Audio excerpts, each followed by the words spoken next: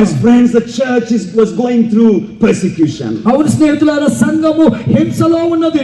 And then if we go to Revelation chapter 12 verse 7, ప్రకటన గ్రంథం 12:7 వచనానికి we వెళ్తే see a different story. ఇంకొక కథ కనబడుతుంది మనకి. Something else is happening. వేరే ఏదో జరుగుతోంది. A different scene. మరి వేరే దృశ్యం. Revelation chapter 12 verse 7 says, 12:7లో మనం చూస్తున్నాం. and war broke out in heaven. పరలోకమందు యుద్ధము బయలు వెళ్ళెను. What is this war? ఈ పరలోకంలో యుద్ధం ఏంటి? You see, John started with the church. యోహాను సంఘముతో ప్రారంభించాడు. But in verse 7 he takes us to something, a war in heaven. అయితే 7వ వచనంలోకి చూసినట్లయితే పరలోకంలో యుద్ధం దగ్గరికి తీసుకువెళ్తున్నాడు. In Bible prophecy, బైబిల్ ప్రవచనంలో, and even in other books of the Bible, బైబిల్లో ఉన్నటువంటి వేరే గ్రంథాల్లో కూడా there is a principle. ఒక సూత్రం ఉన్నది. This principle is called chiasm. కియాజం అనేటటువంటి సూత్రం ఇది. Chiasm is based on the Hebrew letter, something like an X. ఇది ఎక్స్ అనేటటువంటి ఆంగ్ల పదంతో ఉన్నటువంటి హెబ్రీ పదం అని.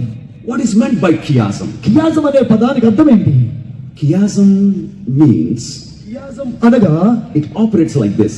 ఈ విధంగా వస్తుంది. When the author want to convey something very important, రచయిత అత్యంత ప్రాముఖ్యమైనది చదువరులకు చెప్పాలి అంటే, the most important thing, అత్యంత ప్రాముఖ్యమైనది, he will put it in the center. దాన్ని మధ్యలో పెడతాడు. In the center of the story, ఆ కథ మధ్యలో in the పెడతాడు. center of the passage. ఆ కథ మధ్యలో ఉంటుంది. Yes friends, we see chiasm in Revelation chapter 12. 12వ అధ్యాయంలో కియాజాన్ని మనం చూస్తున్నాం. You see, from verses 1 to 12 chapter, verses 1 to 6 talks about the woman. 12వ అధ్యాయం 1 నుంచి 6 వచనంలో స్త్రీని గురించి.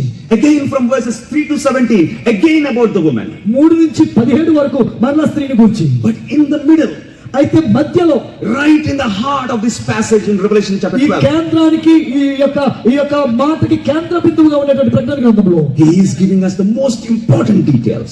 అత్యంత ప్రాముఖ్యమైన వివరణను ఇస్తున్నాడు. He gives us the background story. వెనక జరిగినటువంటి కథ ఏంటో మనకు చెప్తున్నాడు. He talks about a war in heaven. పరలోకములో జరిగిన యుద్ధాన్ని గురించి చెప్తున్నాడు. What is this war? ఈ యుద్ధం ఏంటి? This war took place in heaven.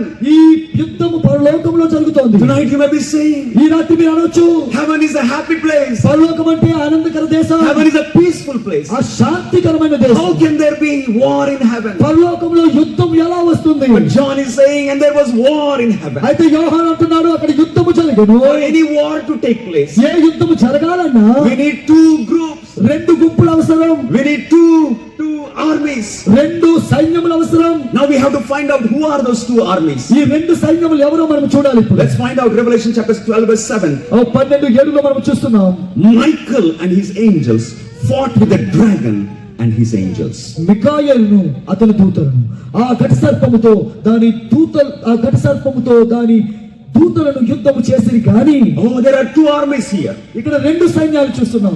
One Michael and his angels, ఒక ప్రక్కన మిఖాయేలు తన and దూతలను, on the other side the dragon and his angels. మరి ఒక ప్రక్కన ఘట సర్పము తన అనుచరులు. We already understood about the dragon. ఆ ఘట సర్పాన్ని గురించి మనం అర్థం He చేసుకున్నాం. is Satan అతడు సాతానుడు, and his angels. అతని దూతలు. Yes friends, who created Satan? స్నేహితులారా, సాతానుని ఎవరు చేశారు? How did he come?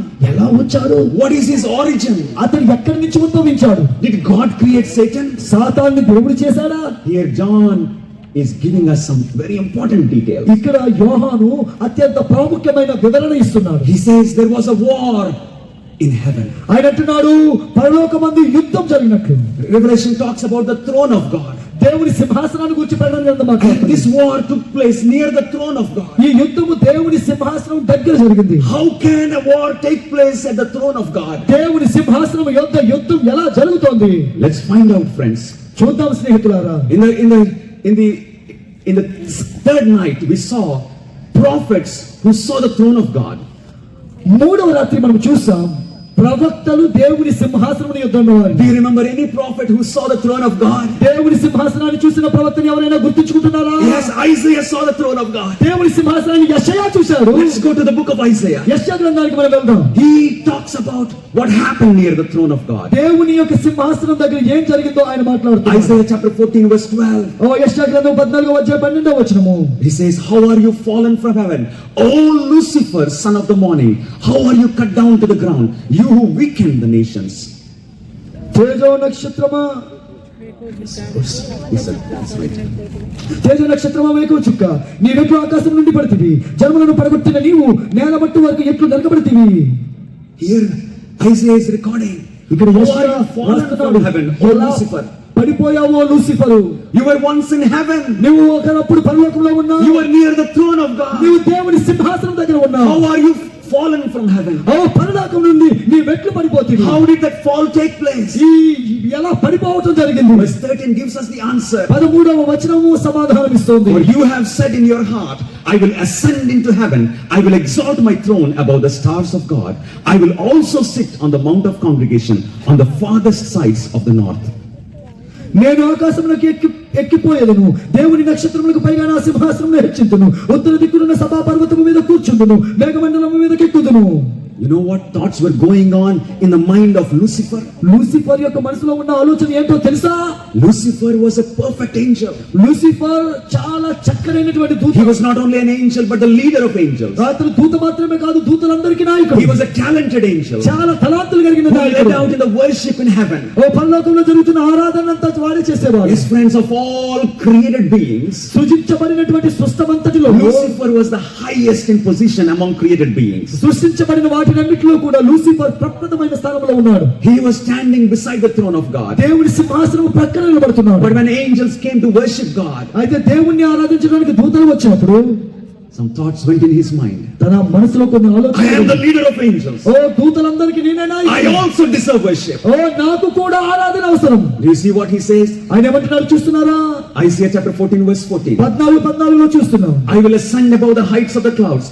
I will be like the Most High. మేఘమండలం మీదకి ఎక్కుదును, మహోన్నతునితో నన్ను సమానునిగా Do చేసుకుందాం. you see what kind of thoughts were going on in his mind? అతని మనసులో ఆలోచన మీరు చూస్తున్నారా? I will be like the Most High. మహోన్నతుని వలె ఉంటాను, I will be like God. దేవుని వలె ఉంటాను, I also want to be worshipped. నన్ను కూడా ప్రజలు ఆరాధించాలి. He forgot his boundaries. తన హద్దును మర్చిపోయాడు. Whenever we forget our boundaries, మన హద్దుని మనం మర్చిపోతే we will be in trouble, friends. మనం సమస్యల్లో ఉంటాం స్నేహితులారా. He forgot that he was a created being. ఆయన సృజించబడిన వాడిని మర్చిపోయాడు. He wanted to be like the Creator. ఓ సృష్టికర్త వలె He ఉండాలనుకున్నాడు. wanted the throne of the Creator. ఆ సృష్టికర్త యొక్క సింహాసనంలో కూర్చోవాలనుకున్నాడు. How can a creature become the Creator? సృజించబడినటువంటిది సృష్టికర్తతో How ఎలా can a సమానం creature అవుతుంది? fight with the Creator? సృజించబడినటువంటిది సృష్టికర్తతో ఎలా యుద్ధం చేస్తుంది? Yes, friends, to understand little more, let us look at another prophet who saw the throne of God. మరి ఇది ఇంకా అర్థం చేసుకోవటానికి మరి ఒక ప్రవక్తను చూద్దాం. ఆయన కూడా దేవుని సింహాసనాన్ని చూశాడు. Ezekiel chapter 28 verse 14. యెహెజ్కేలు గ్రంథం 28:14. You were the anointed cherub who covers. I established you. You were on the holy mountain of God. You walked back and forth in the midst of fiery stones. అభిషేకము నొందిన కెరూబువై యొక్క ఆశ్రయముగా నీ ఉంటివి, అందుకే నేను నిన్ను నియమించితిని. దేవునికి ప్రతిష్ఠించబడిన పర్వతము మీద నీ ఉంటివి, కాలుచున్న రాళ్ల మధ్య నీవు సంచరించుచుంటివి. God says you were an anointed cherub. నీవు అభిషేకించబడిన I దూతవు. have anointed you నేను నిన్ను అభిషేకించాను. as a cherub that covers, మరి కెరూబు వలె covering, మరి కప్పుచు, to cover the glory of God. దేవుని మహిమను కాయుచు, Oh, to protect the glory of God. దేవుని మహిమను కాయడానికి, To protect the honor of God. దేవుని యొక్క గౌరవాన్ని కాయడానికి. Oh, what is meant by covering? మరి ఇక్కడ కాయటం అంటే ఏంటండి? To understand this, we have to go to the sanctuary. మరి ఇది అర్థం చేసుకోవాలంటే ప్రత్యక్ష గుడారం దగ్గరికి మనం వెళ్ళాలి. We have to go to the sanctuary. ఇక్కడ ప్రత్యక్ష గుడారం దగ్గరికి మనం వెళ్ళాలి. Oh, when we go to the sanctuary, ఈ ప్రత్యక్ష గుడారం దగ్గరికి మనం వెళ్ళినప్పుడు we see the courtyard. అక్కడ ప్రాంగణాన్ని చూస్తున్నాం, We see the holy place. పరిశుద్ధ స్థలాన్ని We చూస్తున్నాం, see the most holy place. అతి పరిశుద్ధ స్థలాన్ని Let's చూస్తున్నాం. go straight to the most holy place. అతి పరిశుద్ధ స్థలంలోకి మనం వెళ్దాం. In the most holy place, అతి పరిశుద్ధ స్థలంలో we see the Ark of the Covenant. నిబంధన మందసాన్ని మనం చూస్తున్నాం. When we see the Ark of the Covenant, నిబంధన మందసాన్ని మనం చూసినప్పుడు there are two angels. రెండు దేవతలు అక్కడ ఉన్నారు. Two angels that are covering అక్కడ కప్పుచున్నటువంటి ఇద్దరు దూతలు ఉన్నారు. the glory of God. దేవుని యొక్క మహిమను That కప్పుచున్నవారు. means they are protecting the honor of God. దేవుని యొక్క గౌరవాన్ని కాపాడుచున్నారు. What is in that box? ఆ యొక్క పెట్టెలో ఏమున్నది? What is in that Ark of the Covenant? ఆ నిబంధన మందసములో ఏమున్నది? In the Ark of the Covenant is the 10 commandments. ఓ ఆ నిబంధన మందసములో 10 ఆజ్ఞలు ఉన్నాయి. Oh, which means the 10 commandments is the foundation for the throne of God. దేవుని సింహాసనానికి పునాది 10 ఆజ్ఞలు. Between those cherubs is the throne of God. ఆ రెండు కెరూబుల మధ్య దేవుని సింహాసనం ఉన్నది. Under the throne of God is the 10 commandments. ఆ యొక్క దేవుని సింహాసనం క్రింద 10 ఆజ్ఞలు The 10 ఉన్నాయి. commandments is the constitution for God's government. దేవుని యొక్క రాజ్యాంగమే 10 ఆజ్ఞలు. Yes, friends, it అవును was స్నేహితులారా, the responsibility of Lucifer to protect the 10 commandments, ఈ లూసిఫర్ యొక్క పని ఏంటంటే ఆ 10 ఆజ్ఞలు కాయడం, to protect the law of God. దేవుని యొక్క ఆజ్ఞల్ని కాయడం. But what happened? అయితే ఏం జరిగింది? One who was supposed to cover, ఓ కాయవలసినటువంటి వాడు, one who was supposed to protect, ఓ భద్రపరచవలసిన వాడు, one who was supposed to keep the law of God, దేవుని ఆజ్ఞని పాటించవలసిన వాడే transgressed against the law of oh God. దేవుని యొక్క ఆజ్ఞలను మీరి ఉన్నాడు. In our country, మన దేశంలో in 1989, 1989 in a సంవత్సరంలో public meeting like this, ఇటువంటి ప్రజా సమావేశంలో our Prime Minister at that time, Mrs. Srimati Indira Gandhi, అప్పటి ప్రధాని శ్రీమతి Indira Gandhi she preached a large assembly in Orissa. ఒరిస్సాలో చాలా పెద్ద గుంపుతో మాట్లాడారు. And then next morning she was in New Delhi. ఓ మరుసటి దినాన న్యూఢిల్లీకి వచ్చారు. It was October 31st, 1989. October 31వ తారీఖు 1984 సంవత్సరం. At that time, she was dressed up that morning to go to her office in New Delhi. మరి న్యూఢిల్లీలో ఉన్న తన కార్యాలయానికి వెళ్ళడానికి సిద్ధపడ్డది. She wore a beautiful sari అందమైన ఒక చీరను and ధరించి she was walking to her office. తన యొక్క కార్యాలయానికి నడిచి వెళ్తోంది. As she was walking, ఆమె నడుస్తుండగా she saw one of her bodyguards. ఆమెను భద్రపరిచినటువంటి అంగరక్షకుని His చూసింది. name was Beyond Singh. Bjorn Singh అనేటటువంటి ఆయన Oh, Beyond Singh was her bodyguard for the last 10 years. 10 సంవత్సరాలుగా ఆమెకు భద్రతనిస్తున్నటువంటి One of her favorite bodyguards. ఆమెకి ఇష్టమైనటువంటి On అంగరక్షకుడు. that morning, ఆ ఉదయమున about 9:20 a.m., 9:20 Beyond Singh raised his hands and said, Namaste. ఓ బియాన్ సింగ్ చేతులెత్తి ఆమె నమస్తే అని చెప్పాడు. And Srimati Indira Gandhi also said with a smile, Namaste. ఆ శ్రీమతి ఇందిరాగాంధీ గారు కూడా నవ్వుతూ నమస్తే అని చెప్పారు. And then he took his .3 revolver మరి ఆ గన్నం తీసుకుని .3 రివాల్వర్ తీసుకుని and he pointed to her abdomen and shot 3 bullets ఆమె కడుపులో పెట్టి 3 బుల్లెట్లు దింపాడు. at point blank range. ఇక ఏ ఖాళీ లేదంటే అక్కడగా. And the other bodyguard on the other side, మరి ఒక ప్రక్కన ఇంకొక అంగరక్షకుడు ఉన్నాడు. Satwan Singh, సత్వన్ సింగ్ అనే he అంగరక్షకుడు. took his submachine gun ఆయన మిషన్ గన్ తీసుకుని and he shot non-stop 30 bullets into the body of our Prime Minister. ఆగకుండా 30 బుల్లెట్లు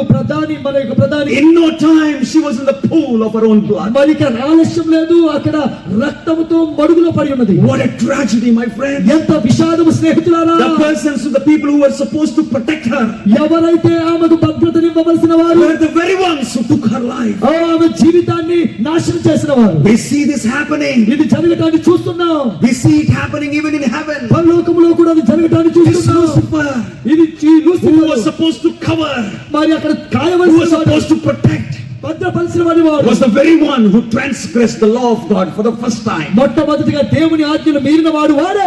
He not only transgressed the law of God, దేవుని మాటను ధిక్కరించడమే కాదు, he also went and he started speaking to the angels. ఆయన వెళ్ళి మిగిలిన దూతలతో మాట్లాడటం ప్రారంభించాడు. He spoke bad about God. దేవుని గూర్చి చెడ్డ మాట్లాడాడు. God is not love. దేవుడు ప్రేమమయుడు కాదు. God is not fair.